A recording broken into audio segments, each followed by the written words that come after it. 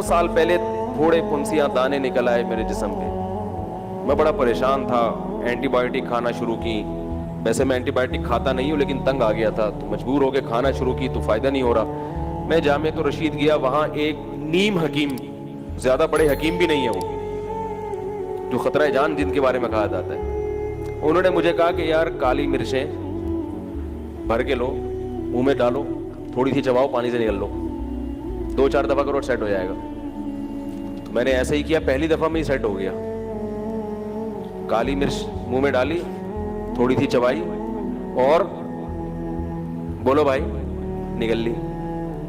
طبیعت ہل کو گئی تھوڑی سی, تھوڑی دیر کے لیے آنکھیں بھی کھل گئیں اور عجیب سا ہو گیا, لیکن 24 گھنٹے کے اندر اندر وہ دانے غائب ہو گئے. پہلی دفعہ میں ہی اثر ہونا شروع ہو گیا. آپ لوگ نہ کریں اللہ کا واسطہ, ہر چیز ہر ایک کے لیے نہیں ہوتی. پھر میں نے کالی مرچ کے بارے میں ریسرچ کرنا شروع کی, ڈاکٹروں سے بھی. ایک ڈاکٹر ہے جو خوراک کے بڑے ماہر ہیں, میں نے کہا کہ حکیم صاحب نے بتایا کہ بھئی یہ دانے وانے پھوڑے پھنسیاں نکلی ہو, کالی مرچ کو ایسے پانی سے پھانک لو. تو انہوں نے پھر بتایا کہ کالی مرچ میں وٹامن سی بہت زیادہ ہوتا ہے. پھر ایک اچھے حکیم سے بھی رابطہ کر کے ان سے پوچھا کہ یہ کالی مرچ, انہوں نے بتایا کہ کالی مرچ کے یہ وغیرہ وغیرہ وغیرہ. یہ بھی ہماری کوئی ہیلتھ کا چینل نہیں ہے. تو پتہ چلا کہ واقعی یہ کیا کرتی ہے, جسم میں جتنے بھی فاسد چیزیں ہیں یہ آپ کی باہر جسم سے باہر نکال دی.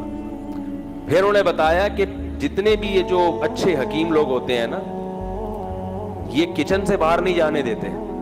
آپ کے کچن میں ہر چیز موجود ہے, جو عام طور پہ جو بیماریاں ہو رہی ہیں ان سے علاج کی ہر چیز موجود ہے. ابھی پرسوں جامعۃ الرشید میں ایک ڈاکٹر صاحب تھے, انہوں نے ایک ہیلتھ کے حوالے سے لیکچر دیا, اس میں انہوں نے بڑی زبردست بات کہی. انہوں نے کہا یہ جو پین کلر آپ لوگ کھا رہے ہیں تو خود تھوڑی سا سوچو کہ جب پیناڈول ایجاد نہیں ہوئی تھی اس وقت لوگ درد ختم کرنے کے لیے کیا کھاتے تھے.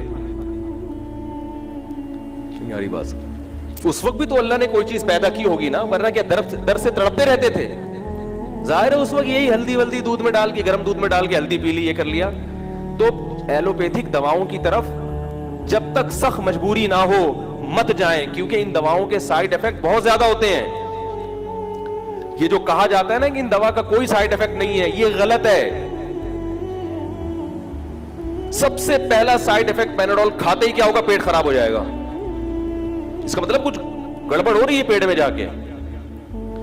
تو اتنا ہلکا نہیں ہے یہ دواؤں کا معاملہ. میں نہیں کہہ رہا کہ دوائیں نہ کھائیں, سخت مجبوری میں, جب تک سخت مجبوری نہ ہو دوا کی طرف بولو بھائی نہ جائیں.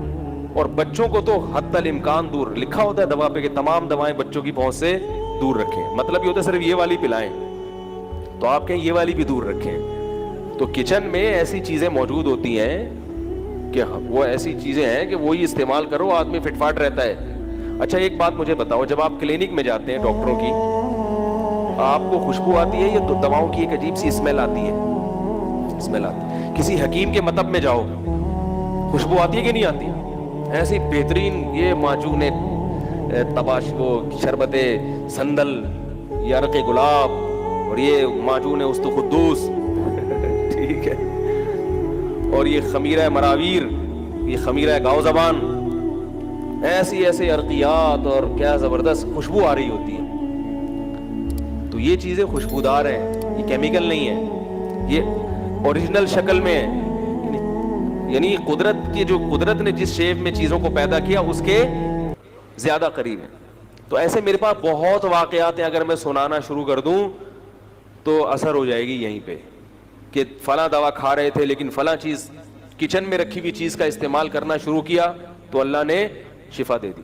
تو اس لیے حتی الامکان اپنے آپ کو ایلوپیتھک دواؤں سے بچائیں. میں یہ نہیں کہہ رہا چھوڑ دیں, بالکل ایسا نہیں ہے. بعض دفعہ جانا پڑا, ہم بھی جاتے ہیں, کیونکہ ہم جب جائیں گے تو ڈاکٹر بولے گا اس دن تو یہ کہہ رہے تھے, اب خود کیوں پہنچے ہوئے ہو. تو ضرورت تو سب کو ہے بھائی, لیکن میں حتی الامکان چھوٹی چھوٹی باتوں پہ ایک دم دواؤں کی طرف بھاگنا. پین کلر کھا رہے, ذرا سا درد ہے تو برداشت کر لو بھائی, درد نہیں ہو بس جسم میں, بالکل فٹ فاٹ رہا ہوں, بالکل فٹ فاٹ کوئی بھی نہیں ہوتا. تھوڑا سا درد ہوا تو پیناڈول کھا لو, نہیں کھاؤ, تھوڑا درد ہو رہا ہے ہونے دو, کچھ نہیں ہوگا, مرو گے نہیں. زیادہ تکلیف بڑھ رہی ہے